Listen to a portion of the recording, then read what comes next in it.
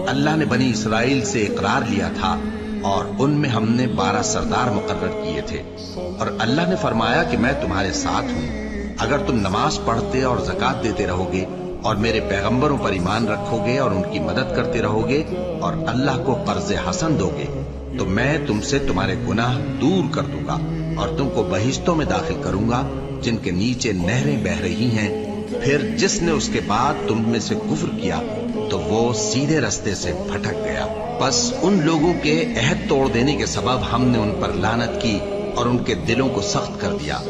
یہ لوگ کلمات کتاب کو اپنے مقامات سے بدل دیتے ہیں اور جن باتوں کی ان کو نصیحت کی گئی تھی ان کا بھی ایک حصہ فراموش کر بیٹھے، اور تھوڑے آدمیوں کے سوا ہمیشہ تم ان کی ایک نہ ایک خیانت کی خبر پاتے رہتے ہو، سو انہیں معاف رکھو اور ان سے درگزر کرو۔ اللہ احسان کرنے والوں کو دوست رکھتا ہے۔ اور جو لوگ کہتے ہیں کہ ہم نصارہ ہیں، ہم نے ان سے بھی عہد لیا تھا، مگر انہوں نے بھی اس نصیحت کا جو ان کو کی گئی تھی ایک حصہ فراموش کر دیا، تو ہم نے ان میں قیامت تک کے لیے دشمنی اور کینہ ڈال دیا، اور جو کچھ وہ کرتے رہے اللہ عنقریب ان کو اس سے آگاہ کر دے گا۔